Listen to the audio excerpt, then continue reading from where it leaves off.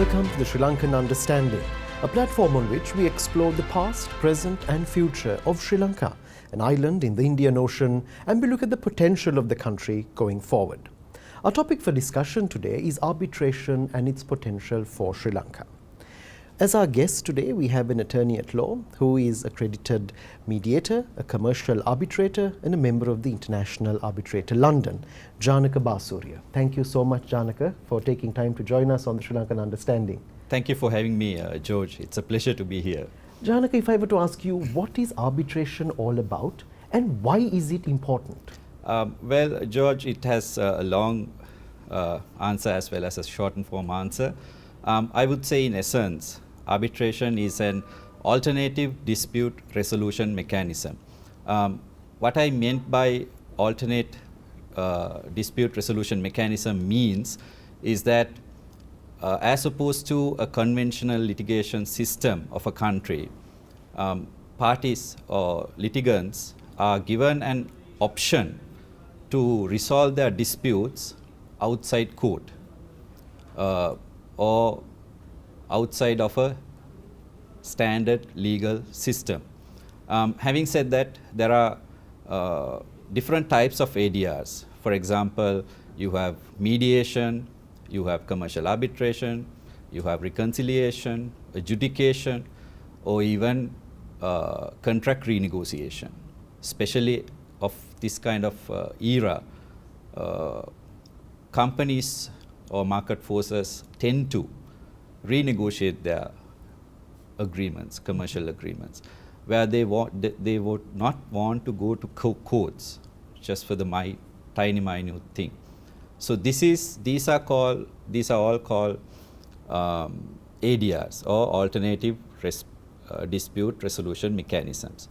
I think pinnacle of it is the apex ADR would be arbitration, or the most favored type of ADR would be arbitration. What is arbitration? It's a very interesting question, George, again. Now, arbitration is of three types if you take the international arbitration arena. It has the commercial arbitration, which we're actually going to focus more today. And then we have investment state arbitration, or the treaty-based arbitrations, where you have investors as opposed to the other party, we have state parties. These are all governed by treaties, investment treaties, where there is a dispute between a particular state party or some investor, or again a state party it could be, how they are going to resolve their disputes. Then we have a third category where it is called state-to-state arbitration. State-to-state arbitration is a mechanism where more or less state parties will try to resolve their disputes by way of an amicable settlement, by way of an arbitration.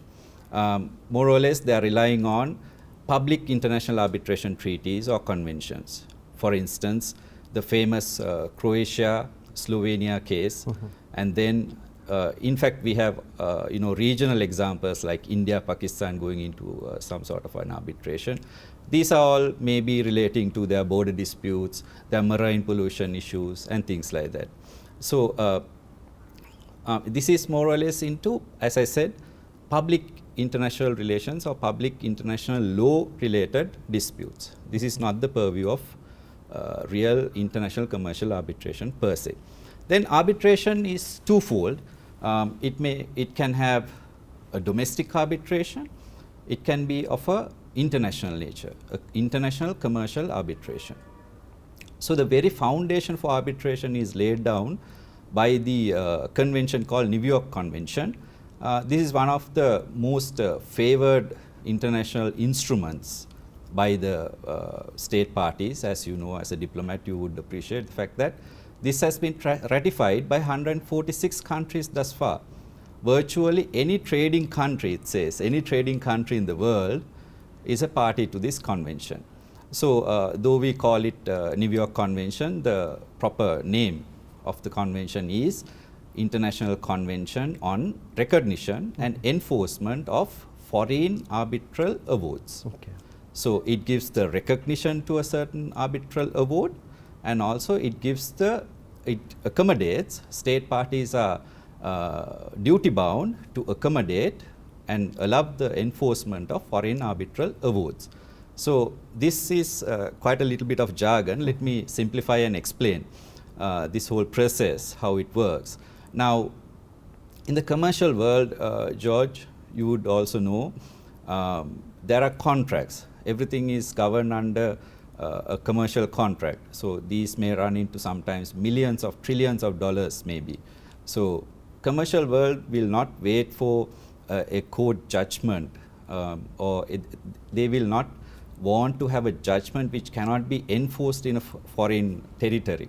So what they do is they will agree for a arbitration clause or an arbitration agreement, where they will say if there's a dispute or if there's any issue with regard to this transaction, the parties will go for arbitration. So what is meant by arbitration again is that there will be a neutral third party appointed arbitrator or a panel of arbitrators who will look into this dispute in a more confidential and a more private environment, and there will be a lot of procedural flexibility because they will not resort their dispute to a domestic legal system. Either they can have an ad hoc arbitration where they will not resort to any set of rules, or they can refer it to an institutional arbitration. What is meant by institutional arbitration is that there are institutions which are formed by nation states or internationally, where they would accommodate, where they will provide services as an international arbitration center. So they will formulate their rules. So the internal proceeding of an arbitration will take place within the scope of that ambit of that set of rules. As opposed to that, there is thing called ad hoc arbitration, where there is no set of rules, but still for all people have agreed to go for arbitration. In essence, this is what is called international commercial arbitration. Is all about. Now you're a credited mediator, yes, plus a commercial arbitrator. That's true. So when we come back from the break, I want you to distinguish between the role of mediator and the role of arbitrator, Yeah. As we go into looking at the potential for Sri Lanka. When we come back in the next segment.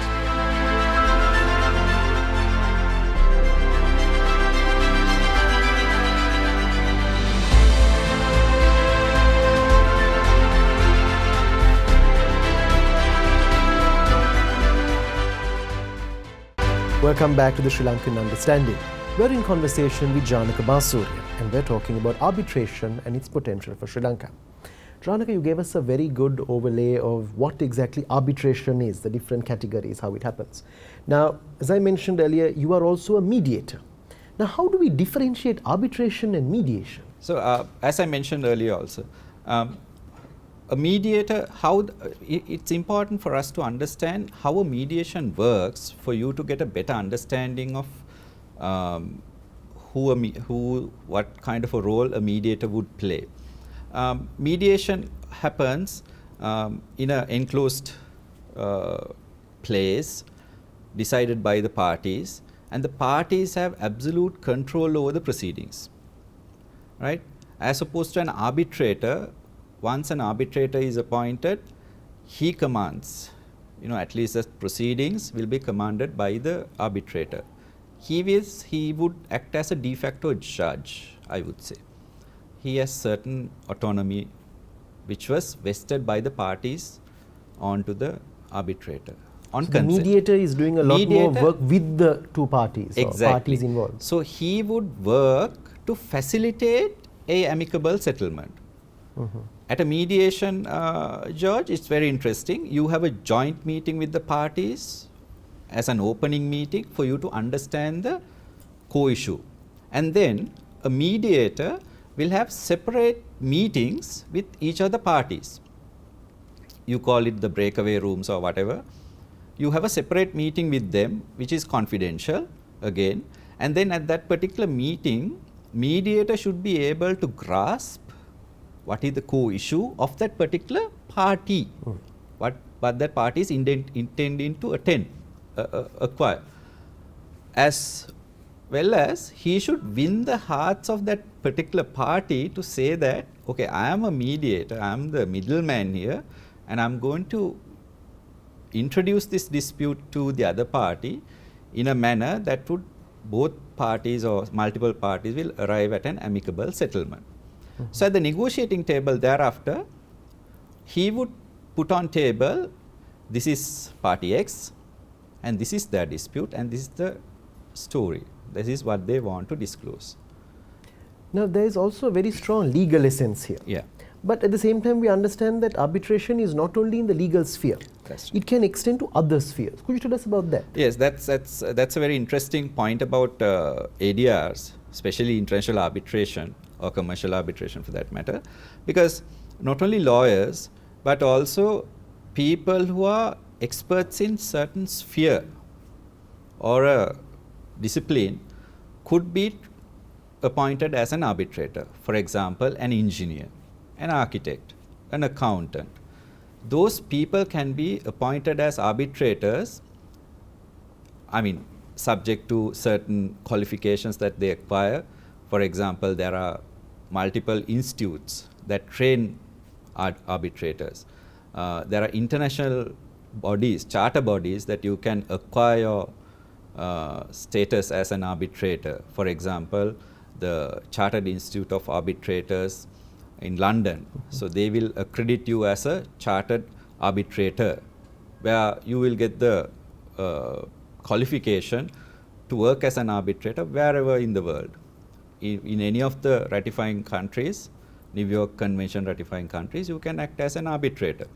So again, coming back to your question, even in Sri Lanka, you get pioneer engineers who are working as adjudicators, arbitrators, even mediators. There is a debate because when you have lawyers, it's easy for them to understand because they are specially trained with that skill set to handle a dispute. And they come with, it's innate in them, if I may say, with the legal knowledge. But on the other hand, they may lack the domain expertise. Mm-hmm. I always say, a lawyer might not know the composition of a concrete, when it comes to construction dispute or something. But an engineer would know. He would know the industry. He would know the pulses of the parties and the practices, good practices, bad practices, how it works. So again, as I told you, George, this is not a formal courthouse. It's about arbitrating. It's about how amicably resolving your dispute. At the end of the day, the message is you should not lose your relationship. You should not lose your commercial relationship. You have to do business again. So for that, it is always pertinent for you to have somebody who knows your grievances. And bringing in sector specialists of this nature really helps to understand, as you said, the nitty-gritty details of Precisely. what exactly is happening in that sector. Precisely. But you can also have the legal expertise that is brought in there. Yes. In order to understand the recourse, whatever action has to be taken thereafter. Yeah, in fact, yes, I agree with what you say, but at the same time, what I have to add to that is that arbitrators, people who come from other disciplines might not know how to deal with a particular arbitral award, how to overcome legal impediments. You must not forget, because even though you obtain an arbitral award, if you want to enforce, unless the other party willingly consents and say, okay, we lost, we are going to pay you, they have to resort it to the court, which can be challenged before a court. But there will be company regulations which Yes. have to be adhered to. You can't exactly there will be a lot of bypass those challenges. clauses. Yeah, there will be a lot of preliminary objections. So in order to overcome that, you have to have a flawless arbitral award. Absolutely. That is also Absolutely. interesting. Yeah. When we come back on the next segment, we're going to look at the potential for Sri Lanka as an arbitration hub and what tangible measures we can take in this regard on the next segment of the Sri Lankan Understanding.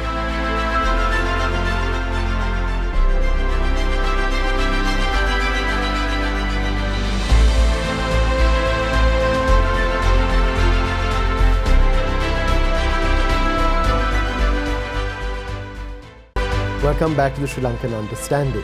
Arbitration and its potential for Sri Lanka is the topic of conversation. Janaka, you've given us the differentiation between arbitration and mediation, how different sectors can get involved in this process. If we now talk about Sri Lanka, there are several arbitration hubs around the world. But what is the potential to make Sri Lanka an arbitration hub?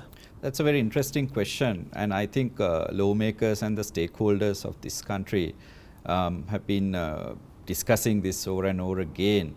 The importance would be, George, is that that will increase the credibility as a commercial hub also, because if you take any country for that matter who is into trade and commerce, have developed over the years a very formidable structure of ADR. In fact, up until recently, they were referred as arbitration centers, but now they call it ADR centers. As I told you, because all these ADR mechanisms have evolved a lot. If you take the London Court of Arbitration, the Singapore Arbitration Center, the SIAC, Malaysia has two very leading arbitration centers or ADR centers. Likewise, any country for that matter, Brunei Darussalam, you name it, every country has an international arbitration center. So it's vital in our region. We call it, we always harp about our geographical location, the potential Sri Lanka has as a commercial hub, a marine hub. We have all sorts of commerce and trade related hubs we've been contemplating, and we have achieved also to certain extent. But what we have not thus far worked on is this kind of ADR center. It's a complementary aspect to what else we want to do, right? Precisely. That's a complementary aspect, as well as that will be a foreign exchange earner for the country. If you have, this is a whole lot of industry. For instance, if you visit a place like AIAC in Malaysia, which is a very vibrant arbitration center, just over the other side they have a designated hotel, that accommodates all the arbitrators, foreign lawyers, foreign companies. That's the sort of designated hotel that they would introduce. So that aspect will also flourish. There are certain other segments that you can develop. There are supporting services, and there is a dearth of good interpreters who speaks foreign languages, for example, Chinese or Japanese or French. There will be multiple opportunities for the local talent, even for the lawyers, even for the engineers. We have a surplus of lawyers in this country, so this is one area that they can focus. I think they are. Most of the young people are more creative than our generation, George, obviously. So they are thinking of outside the borders of this country. That should be the case. Exactly. But where we lack is at the moment is I don't know who's responsible for this, but surely the ruling governing parties should take heed of this aspect very seriously and think of setting up or even facilitating this kind of venture. What tangible measures can we take in this regard, Janaka? Sometimes we say we're waiting for the state to do it. Is there another mechanism, another way, another path where it can be initiated? Yes, that is in fact a very pertinent question, because already there's this issue when the government spearheaded this kind of project, there will be issue of impartiality, because most of these arbitrations sometimes the government is also party. So in order to minimize that, how it happens is the government might provide the seed funding, but there will be institutions that will take this forward. Like for example, in Sri Lanka now at the moment, the leading arbitration center ICLP has penned down some understanding with the Ceylon Chamber of Commerce. So this is the way out. The private sector should take a leading role in this initiative. So they have been doing that. There's a lot of things happening behind this whole scenario. But what I would like to emphasize is the fact that the sector to grow, all stakeholders must get together. I mean, we have leading domestic arbitration centers at the moment, the ICLP and the National Arbitration Center of Sri Lanka. We have the Bar Association, which is quite vibrant, and they're ever willing to help us. And then the engineers are there, the adjudication circles, all the professionals are there, and then the government.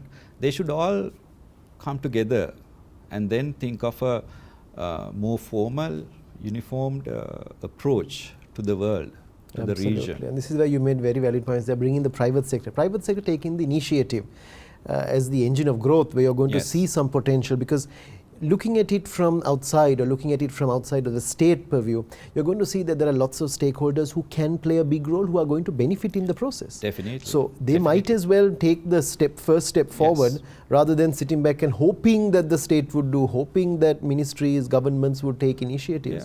This is where we need to be looking at that, as you said, bigger picture, and looking beyond our borders in terms of what we can do in order to make a contribution, some kind of worthy contribution. Fully agree with you, because this will also, way of preserving our foreign exchange. Because as of today, parties might always go to Singapore or London for their arbitrations, for their commercial arbitrations, because we don't have a venue. But at the same time, if we have a venue, we can save all of that money. At the same time, we can attract more arbitration proceedings to happen, because parties can agree on a seat of arbitration. Parties can apply a particular law to apply for the arbitration proceedings, but they can have the proceedings at a different venue. For example, if we have regional dispute between two countries, they can always choose Sri Lanka as the place of arbitration. So if we have a center, we can accommodate these disputing parties, all these delegations, and then try to become a facilitator, at least for some time. And then eventually, as and when we are developing, marketing, when the news runs, people will eventually use Sri Lanka as an arbitration hub. That's how we should do it. This is an area which has much potential, much possibility. It's opportunity that is waiting to be tapped into, and something actually that we are sitting on a gold mine. Absolutely. So thank you very much, Janaka, for sharing your views on arbitration. You not only gave us a very comprehensive understanding of what it is, differentiated from mediation, how others can get involved, but also going forward, what can Sri Lanka do and what should Sri Lanka be doing? You mentioned foreign exchange. This is something that we are talking about a lot and have been talking about for decades now. This is not something that has suddenly cropped up. We need to be looking at ways and means through which we are going to enhance our capacity, enhance our image. You mentioned we want to be a commercial hub. We must also have the other aspects that go with it. Arbitration being one of those most crucial factors. So thank you very much for joining us on the Sri Lankan Understanding. We've been exploring the topic of arbitration and its potential for Sri Lanka. We've been in conversation with Janaka Basuriya. Join us again on another episode of the Sri Lankan Understanding, when we explore a different aspect of Sri Lanka and the potential for the future.